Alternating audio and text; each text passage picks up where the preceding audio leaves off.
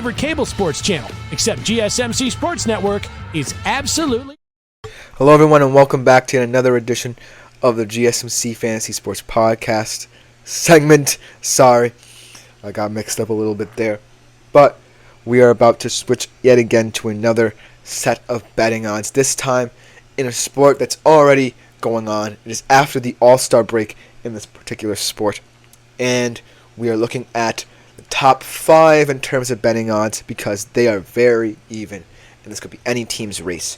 That is, of course, the World Series and the MLB that we are talking about. Yet another baseball segment. This week has been chock full of them. We got the All-Star break and the Home Run Derby, and now the updated World Series odds for you guys. So without further ado, let's jump right into them. Like I said, very even in terms of who is in that top 5. Very diverse, very top-heavy teams as well. And if any of them get going, then I see no reason as to why you wouldn't want to pick out of these top 5 rather than the field. So without further ado, let's jump right into the top 5. Starting off at number 5, one of the best teams in the NL, a very top-heavy team in terms of where they get their production from, and that is the Atlanta Braves. I think the Atlanta Braves are scary in that they have so much talent in terms of both power and contact, and their pitching depth is just good enough that you should be frightened of where the production comes from. Right now, in every single offensive statistical category, Marcell Ozuna, of all people, who would have thought he would have been the statistical leader, is leading. He has a .303 batting average, 26 home runs, and 77 RBIs. But you have guys who can make up the difference in that offense. I really like Ozzie Albies. I really like Ronald Acuna if he's healthy. Matt Olson. Freddie Freeman's not there anymore. But when I look at the Braves, I look at them in terms of pitching depth as well. Because you have an ace in Max Fried, who I really like, but now you have an older guy in Reynaldo Lopez, who has one of the lower ERAs in the league. And then Chris Sale as well, this old guard for the Braves. If those guys get going, they have the experience to lead you on a deep playoff run. Chris Sale right now with 13 wins, and Reynaldo Lopez, one of the league leaders in terms of ERAs with a 1.88 ERA. My only worry about the Braves is that the distribution of wealth factor kind of is starting to become a moot point. And say they make it all the way to the World Series, where the designated hitter won't be as integral to the outcome as possible. And so you're going to have to switch up your lineups a little bit, and you're going to have to find a way to manage your older pitchers as well. But when all is said and done, I look at the Braves, and I think experience, and a plus 900 right now. I really like them. They sit atop the NL East, and they should have a pretty easy path to, say, at very least, the NLCS. I really like them out of the NL. Coming in at number 4, a team out of the NL, kind of a shock leader, but you shouldn't be surprised because of their youth and their firepower. It is the young, revolutionary Baltimore Orioles. I really like this Baltimore Orioles squad, led by the young guns in Gunnar Henderson and Adley Rutschman. Gunnar Henderson, obviously, one of the league leaders in terms of home runs with 28. But then, another guy who's really come on is Anthony Santander. You kind of think of him as more of, say, a contact hitter, but now he also has 24 home runs. So I really like this balance of youth and experience. You have guys like Cedric Mullins, who adds depth, not just offensively, but defensively as well. One of the league leaders in terms of defensive runs saved. And then, obviously, in terms of pitching depth, you finally have your big ace in terms of Corbin Burns, who has a low ERA with 2.43. You have Grayson Rodriguez coming into his own with 11 wins. But outside of those two, that's where the concerns come in. I like the duopoly at the top of the Orioles pitching staff, but When I look at the other guys outside, I don't see that many stars. Maybe Dean Kramer can come on in the latter half. Kyle Bradish maybe. But right now, all I see at the top are Burns and Rodriguez. But in terms of this offense, if they keep mashing, they're really special. I really like how they're building this squad. And they're proving that they're not afraid of an AL East division with the big bad boys and the Yankees who we're talking about, and a Boston Red Sox team is kind of coming into their own. They're really going to be a force to be reckoned with. They might not have as much experience as other teams in the AL playoffs, but the fact that they made it last year with over 100 wins goes to show that this young team can really exceed expectations. And I wouldn't be surprised if they made it all the way to the World Series with the youth that they have. It's just the pitching depth that I'm a little bit skeptical about outside of Burns and Rodriguez. Coming in, though, at number 3, it's a team who is the talk of the town, the team with the most all-stars, the team that I really think has the most balance in the NL, the Philadelphia Phillies. Now, what I love about the Phillies is that when you look at their roster top to bottom, you obviously see, okay, they have the stars. They have the Bryce Harper. They have the Trey Turner. They have so much depth and experience as well. Then you look at guys like, say, Bryson Stott and Alec Boehm, who, if you remember, were vilified in the early stages of their careers in Philadelphia. Now coming into their own. They're one of the only teams in terms of offensive statistical categories where they have a balance between two guys. Harper obviously leads them in terms of home runs, 21. But Boehm also has a .301 batting average and leads them in RBIs as well. So, balance is key here, and experience is key as well. When I look at the Phillies, I say, why not them? You have guys who've made deep runs in the postseason in terms of Harper and Turner. You have guys who are coming into their own in terms of Boehm and Bryson Stott. You have the speed on offense in terms of Trey Turner as well, because he's an asset in terms of stolen bases. And when I look at their pitching staff, I really like that as well.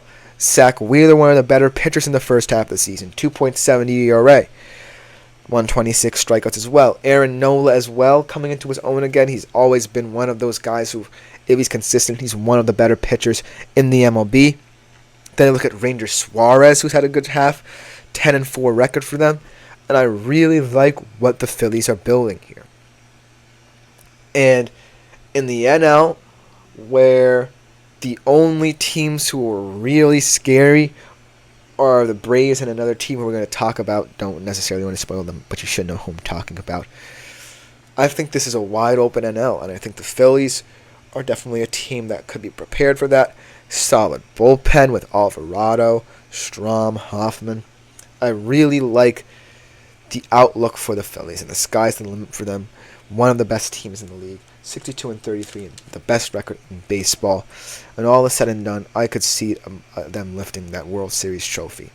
But in the top two are two teams who clearly look like they're the best in their respective leagues, and so I wouldn't mind any of these top 5 teams moving up to kind of overtake this duopoly, but I think this is a very deserved top 2.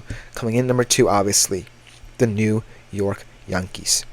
When they signed Juan Soto, they expected to be a team that was fearful. The Bronx Bombers, yet again, they really have found that balance between Judge and Soto. Judge obviously leading the league in home runs with 34, 306 batting average, 85 RBIs. Soto with 23. They really found their duo that they're going to stick with in terms of the next 5 to 10 years. And in terms of pitching, Luis Gil has been a revelation. I really like how he stepped up because they didn't know what they were going to get in terms of Nestor Cortes coming back. Obviously, they don't have much pitching depth outside of, say, a Garrett Cole. So they really needed someone. Luis Gil was a revelation. He had a very fantastic start to the season. Leads them in ERA. And when I look at the Yankees, my only concern is how these two, in Judge and Soto, are going to pan out in the postseason. I'm going to say something that might make Yankees fans a little bit irked, but I actually think it could play into their advantage. I can see the Yankees best suited being a wild card team. And I mean this in the best way possible because as a Rangers fan, as someone who understood the momentum that they had last year in the postseason, I think that if one of them kind of peters out towards the end of the year, being a wild card team and immediately having to go into the postseason can allow you to regain your level of success and sustain it throughout the postseason. So say if Judge falls off a little bit. If they're a wild card team, it means he can immediately try and solve what's going on, adjust, and grow into the postseason. That's most important. So I like the Yankees at 2 because they could be seen as undervalued, especially if they enter as a wild card. But right now, I think the team at number 1 just has less questions. But they definitely do have one big question that should be asked of them, and that is the LA Dodgers. That man right there on your screen. Shohei Ohtani, what more can we say about this guy? Leads them in all statistical categories, looking like an MVP caliber season. Perhaps one of the best seasons by a Dodger in their first year ever. Let's look at the stats. He has a .316 batting average, 29 home runs, only 69 RBIs, but hey, you can't win them all, man. But when I look at the Dodgers, obviously you have Shohei, you have Mookie, you have Freddie Freeman. You have that three-headed monster offensively.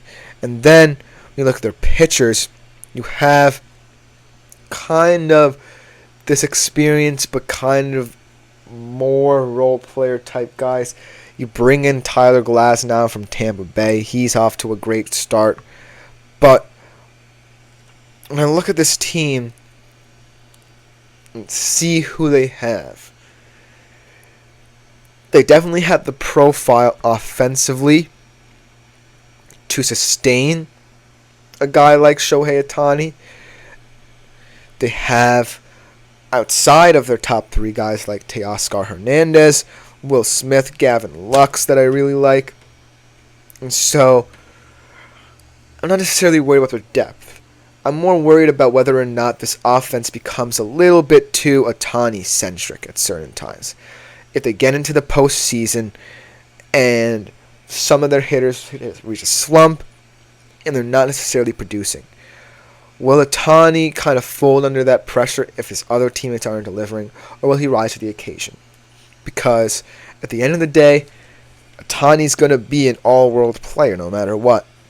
But you kind of need the team to sustain themselves around him, because he can't just do it by himself, as we saw in LA when he had Mike Trout but no one else behind him.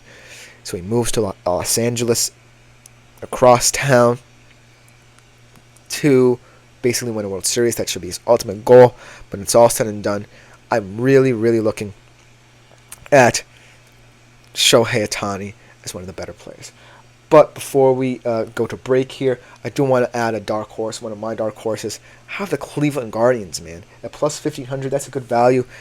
And when you look at the top leaders in stats and look at batting average, you might think, oh, Shohei Ohtani is leading that. Oh, someone from the Phillies might be leading that. No, it is not. It is Steven Kwan at .352 batting average. Just goes to show how the Cleveland Guardians have built themselves.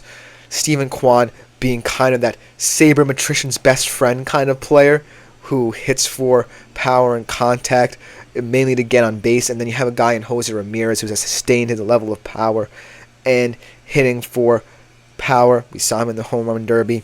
So I really like the outlook of this Guardians team, and I would not be surprised if they are surprised. But that will just about do it for this segment for today's show. Coming next, we transition back to our IDP player profiles with a player who I really like in a Los Angeles Chargers secondary, but just needs to stay healthy. That's it for him. We'll be back to talk more about Derwin James on the GSMC Fantasy Sports Podcast.